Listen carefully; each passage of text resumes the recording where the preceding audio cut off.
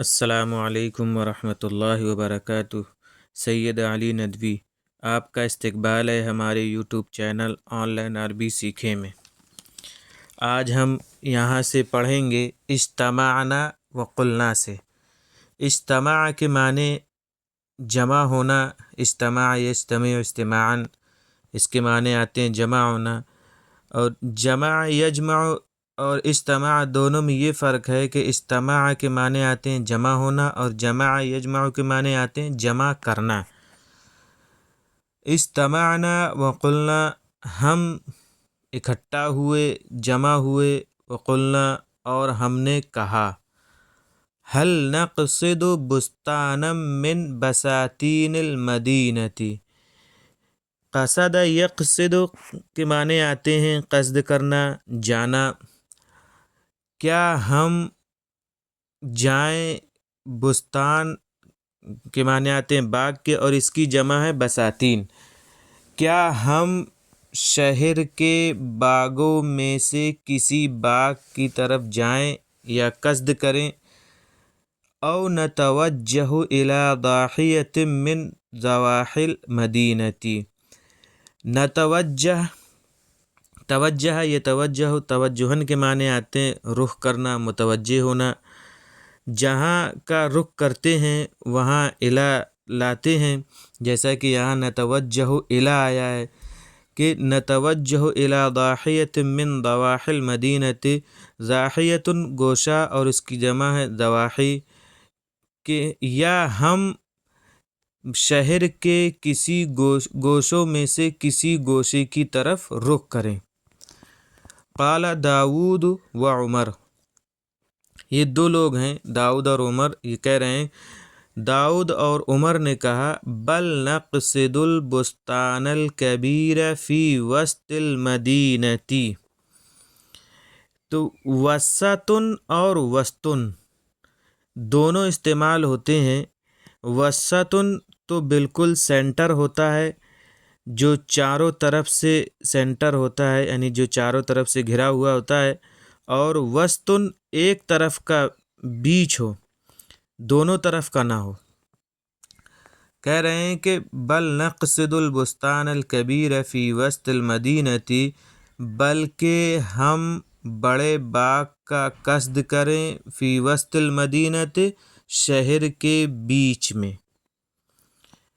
فإن البستان کبیر، کیونکہ باغ قریب ہے۔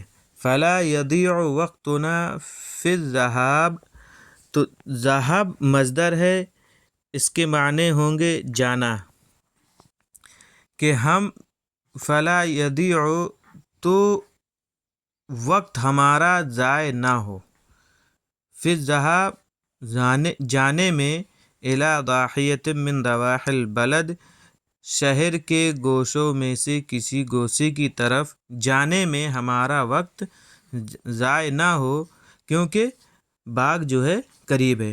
جب باغ قریب ہوگا تو وقت جو ہے ہمارا برباد نہیں ہوگا، زیادہ وقت نہیں لگے گا جانے میں، وہاں پہنچنے میں کہ ہمارا بہت زیادہ ٹائم لگ جائے۔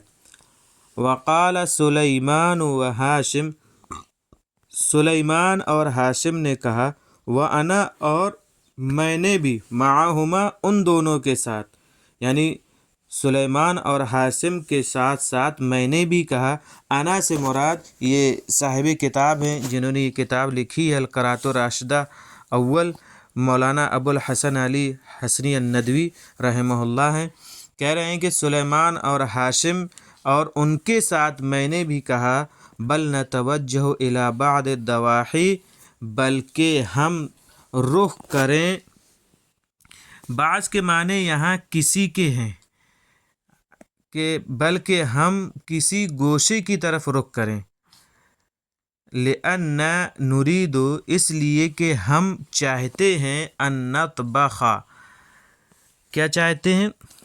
کہ کھانا پکائیں۔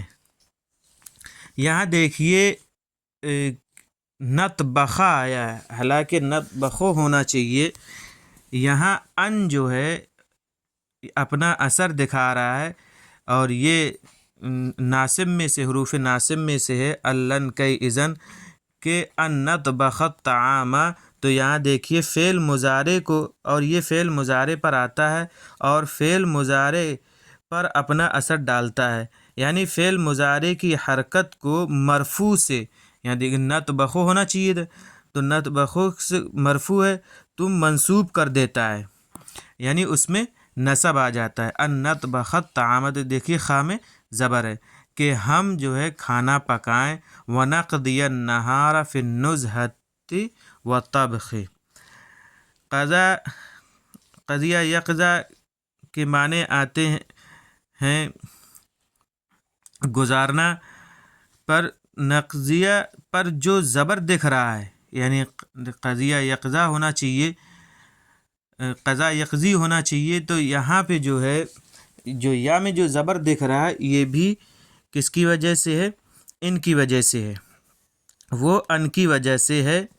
اور یہاں النہار کا لفظ استعمال ہوا ہے تو کہہ رہے ہیں کہ یومن اور نہار میں یہ فرق ہے کہ نہاروں صبح سے لے کر شام تک کے لیے بولا جاتا ہے، اور یومن جو ہے دن و رات دونوں کو ملا کر بولا جاتا ہے، یعنی 24 گھنٹے کے لیے بولا جاتا ہے، یعنی جب بھی 24 گھنٹے کا ذکر ہوگا تو وہاں یومن کا استعمال کریں گے، اور جہاں صبح سے لے کے شام تک کے لیے کوئی کام کیا جائے یا بولا جائے تو وہاں النہار کا لفظ استعمال کریں گے۔